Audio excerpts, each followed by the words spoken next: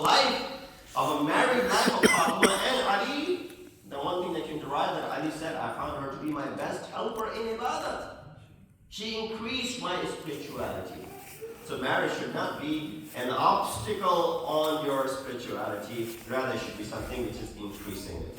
So therefore reminding each other gently about namaz, about salah, about daily practices. Even if you don't come here, at home, husband and wife should remind one another, gently, not forcefully, not sarcastically, but rather gently that, Muhammad, we have adhan clocks. Now I'm sure all the houses that I've been to so far, many people have these adhan clocks, one way or another.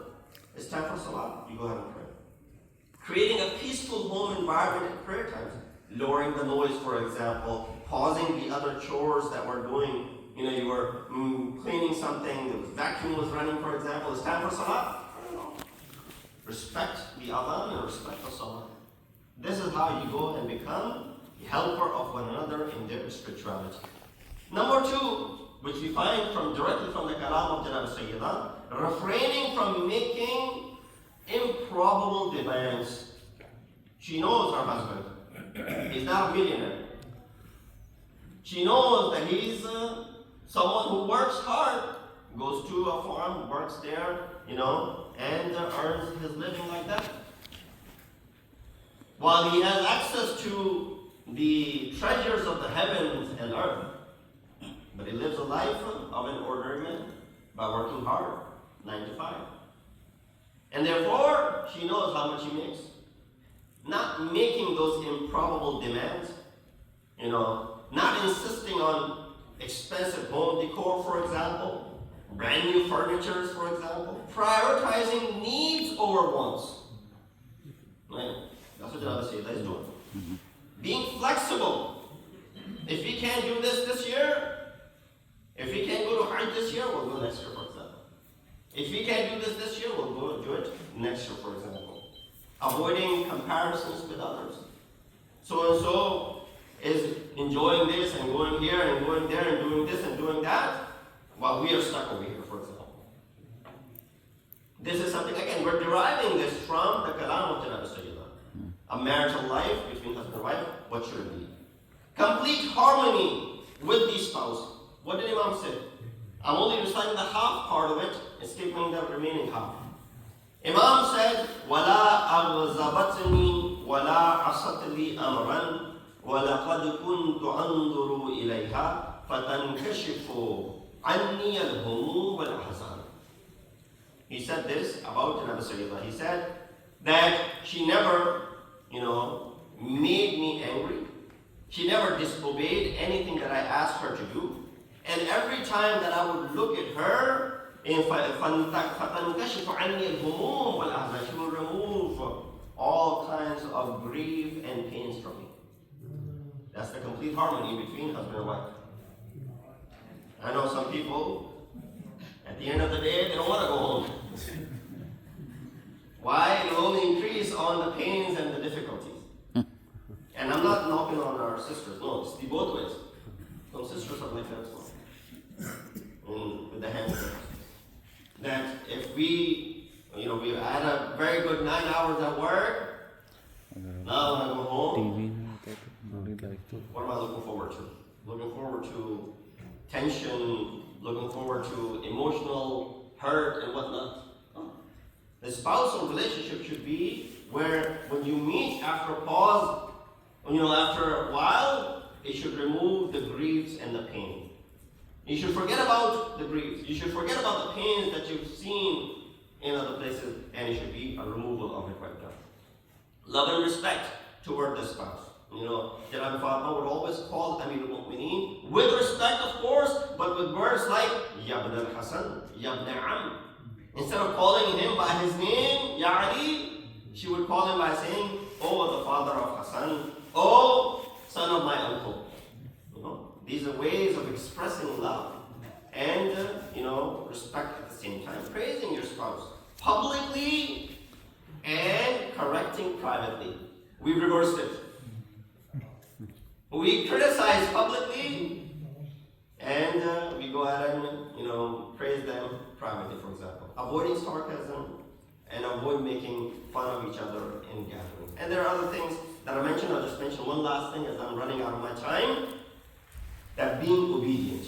Sometimes this is taken out of context. A sister might say, well, why is it that Allah made this to be an obligation on the wife that they have to be obedient to them? Have you seen the husbands these days? You want us to be obedient to them? But there's a rule of thumb, this is a general law that has been presented. Obedience, right? What does that mean? That you become a slave of your partner? No, that's not what it means. There's mutual understanding between the two. But that obedience and respecting husband's role in the house, Allah made them to be what? Qawwamuna ala nisa. The Quran says that. Meaning what? They're the caretakers. They're the maintainers. Then they should act like caretakers and maintainers as well. To earn that respect. You don't act like a caretaker and a maintainer and then you expect that they should be obedient to you. Allah gave you that role to play.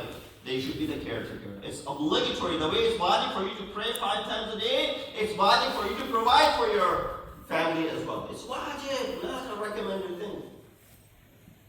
I'll do it whenever I feel like. No, it's an obligation. And if you neglect that obligation, it's just like neglecting your daily prayers and your daily salah. So one example of the obedience and the respect that she had for Amir al-Mu'mineen. When Amir al-Mu'mineen said to Fatima al-Zahra, Salaamullah alayha, that the first Khalifa and his accompanying him, the soon to be the second Khalifa, are behind the doors and want to speak to you. Now you know what she had gone through, right? The suffering that she had gone through. And to the extent that Riwayat in Bukhari and Muslim mentioned that she didn't speak to them, Imam said the first and the second Khalifa to be at that time, it wasn't the second Khalifa yet, are behind the doors and they want to speak to you, O Fatima. Well, it's very hurtful for her. She speaks to them. What did she respond by saying? No, Ali, no way, you can't bring them in here. I'm not going to talk to them. What they have gone through, what they have done to me. She really said that. What did she respond by saying? Instead, she responded by saying, Ahl-e-Bait baytuka, wal martu zawjatuka. If'al ma tasha. House is yours, and I'm your wife. Do as you have been. Do as you wish to do. Whatever it is that you wish to do, go ahead and do it. Meaning what? Complete submission. While I may dislike this amal, but I'm not going to leave your obedience in this regard. If you feel like this is important, then I'm going to go ahead and do so. These are the very small but very profound lessons that we can derive from the life of Janab Fatima Zahra. Allahumma salli ala. Inshallah, we can keep these few messages as well as the features of the two families mentioned in Quran, Surah Anbiya, ayat number 90, the 3 features of the family of Zakaria, and Surah Dahr, chapter 76, in which the 5 features of the family of Janab Sayyidah that I mentioned, keeping in mind these are the ayat of Quran that are telling us how to lead our life. We ask Allah subhanahu wa ta'ala to give us the tawfiq and ability to be able to follow the commands and the teachings of Ahl-e-Bait. We ask Allah subhanahu wa ta'ala to mold our lives in the way Ahl-e-Bait spent their lives, and we may remain obedient to his commands. In Nasr al-Hadith, وَأَبْلَغُ إِذَا كِتَابُ اللَّهِ أَعُوذُ بِاللَّهِ مِنَ الشَّيْطَانِ الرَّجِيمِ بسم الله الرحمن الرحيم والعصر إن الإنسان لفي خسر إلا الذين آمنوا وعملوا الصالحات وتواصوا بالحق وتواصوا بالصبر